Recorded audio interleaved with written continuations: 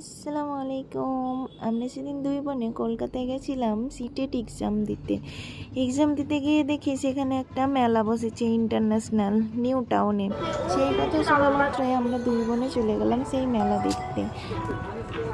মেলাতে ঘোরারও কিছু মুহূর্ত ক্যামেরাবন্দি করলাম। আর তোমরা ভিডিওটা অবশ্যই শেষ পর্যন্ত দেখো, কি কি মেলাতে ছিল যতটুকু পেরেছি। মেলাতে ঢুকে গিয়ে দেখি এই মেলা তো বিশাল মেলা, ঘুরে শেষ করা যাবে না ওইটুকু সময়ের মধ্যে, তাই যেটুকু পারলাম তোমাদের জন্য ক্যামেরা বন্দি করলাম।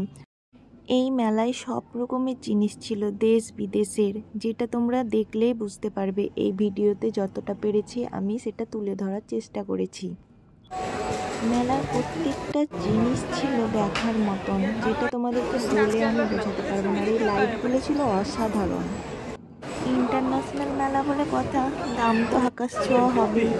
এই যে দেখছো যে ফার্নিচারগুলো এত সুন্দর সুন্দর নিখুঁতভাবে কাজ করানো ছিল, কি বলবো তোমাদের।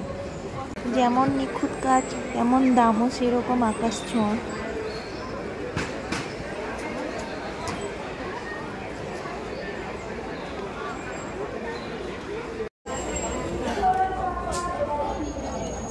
এদিকে আমার বোন শুধু কেনাকাটা করতে ব্যস্ত ছিল, আর আমি সেইগুলোকে ক্যামেরা বন্দি করতে ব্যস্ত ছিলাম। এই যে এই জুতোগুলো দেখছো, প্রত্যেকটা অসাধারণ ছিল। এই ড্রেসগুলো কোথাকার বলো তো, কেউ বলতে পারবে? ভালো লাগছে। আমি এদিকে খাবার খেতে ব্যস্ত, মন দিয়ে খাবার খাচ্ছিলাম, সেটা আমার বোন কখন ক্যামেরা বন্দি করে নিয়েছে।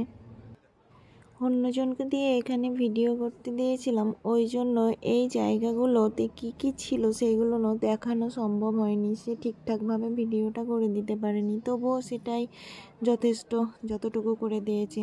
ধন্যবাদ। হাতে আর টাইম নেই, ওই জন্য এবার মেলা থেকে বার হতে হবে। ওই জন্য মেলা থেকে বাইরের দিকে যেতে শুরু করলাম। আর যাওয়ার সময় সামনে দেখে আইসক্রিম, এত ঠান্ডা তবুও দুই বোনে দুটো আইসক্রিম কিনে নিলাম এবং খেতে খেতে রুমের দিকে রওনা দিলাম।